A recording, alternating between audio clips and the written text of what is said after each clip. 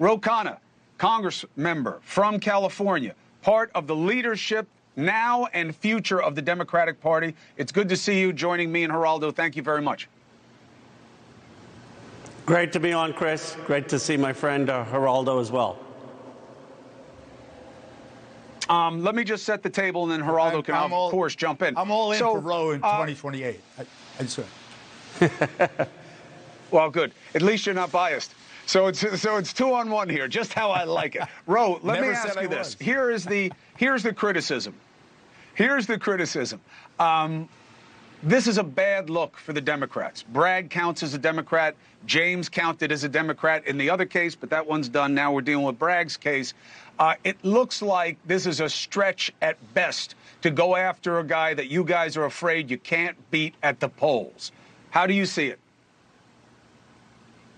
I think we've got to make the case at the polls. I mean, I don't think we should be making the case legally. And I agree with you, Chris, that this is probably the weakest of the other cases. But people care about the cost of food. They care about the cost of rent. They care about the cost of gas.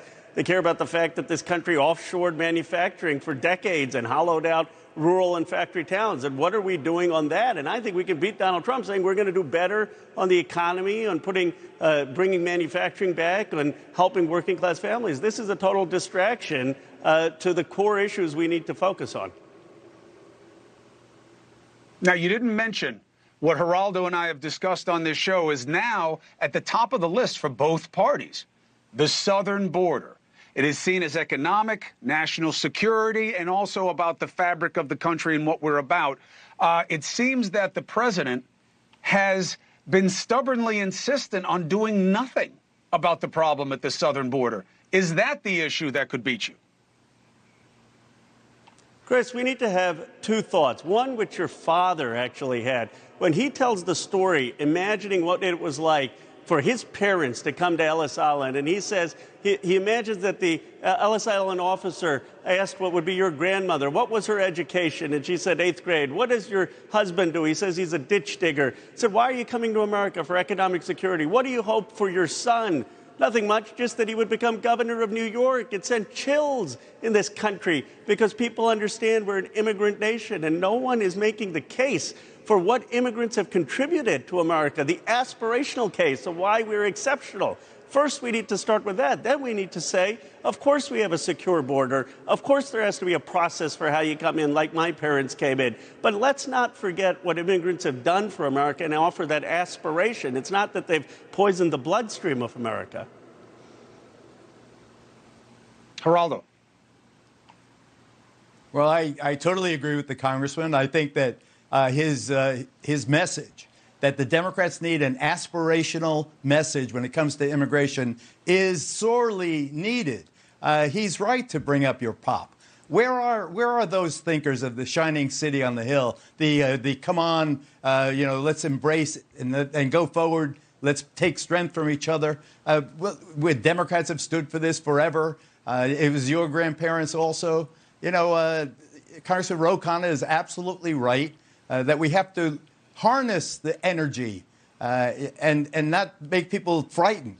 We've got to tighten up the border. You can't have people just willy-nilly walking across with no idea of who it is and so forth. But there's plenty of room within a reasonably prudent, normal approach to incorporate this energy. We're the country that everybody wants to live in. Now, you can't have it in disorder. You can't have people we don't know who are coming. But there is still plenty of room for an aspirational message when it comes to Ellis Island, the Statue of Liberty, and what we want America's future to look like, Chris. Pop, first of all, my grandmother maybe had 8 days of education, let alone 8th grade. But the point is taken, that they came here and they didn't offer anything except their ambition and their passion to do better. And that is something that is signature America. But you know what Pop would have offered up, which is what you guys should be thinking about, Ro, which is they came through Ellis Island. That was the processing center. You should have a dozen of those along the southern border. You guys need infrastructure to process. I'm fine with the dream. It's the reality, though, Ro, that they are pouring through right now, overwhelming the CBP. Catch and release is like the worst policy in America right now, and it is on Biden's watch and in his lap. Why isn't he doing anything? Even if he gets hung up in the courts, Congressman, even if he does, at least he'd show that he's trying. Look, I agree with you that there has to be an orderly process. There has to be a secure border. My parents came here as immigrants, and my father came to study at the University of Michigan. He got a student visa, then he got a green card, then they became citizens. That is the process by which America has people come in, and we can't take everyone. I'm glad that there's a line of people who want to come here instead of going to China or Europe with its stagnant economy. It's because we're the greatest country in the world, but there has to be a process. Now, the challenge has been that Congress hasn't acted. You want to create those processing centers. You want to have more Border Patrol agents, which I do. You want to have more people actually process before they get to the border. Then let's do that. But we've got to have Congress to pass a bill to do that, to fund the infrastructure that you're talking about. Biden could shut it down by emergency order. Well, look, but the emergency order, then there's no process. I mean, then where is the process and where is the people who are legitimate, not those who are coming without stop the hemorrhaging. Aspiration? Stop the hemorrhaging, well, I think what we need and then let the process catch up. Then you turn around to Congress and say, I stopped the flow. It's closed right now. Now give me what I need. Give the CBP what they need so we can get the processing in place. But you got to stop the flow first. I think the president has put Border Patrol agents, he has put what he believes in his authority to do. I think he believes that Congress needs to act so that he's not violating people's right. I mean, there are people you would acknowledge who genuinely are tortured, who genuinely are facing gang violence, who are coming with legitimate claims, and those claims should be recognized. And to stop all of them, I mean, look at Ukraine. We obviously want people coming, in my view, who are fleeing persecution in Ukraine. We want people from Afghanistan who helped our troops and now are being persecuted by Taliban to come to the United States. There are legitimate cases of refugees and asylum who should come here, and what we should stop is people who are coming here without any process. And 300 members of Congress agree on this. The problem isn't the solution. The problem is people on both sides are playing politics with it. Let me ask you one quick thing, and I'll get a thought from Geraldo.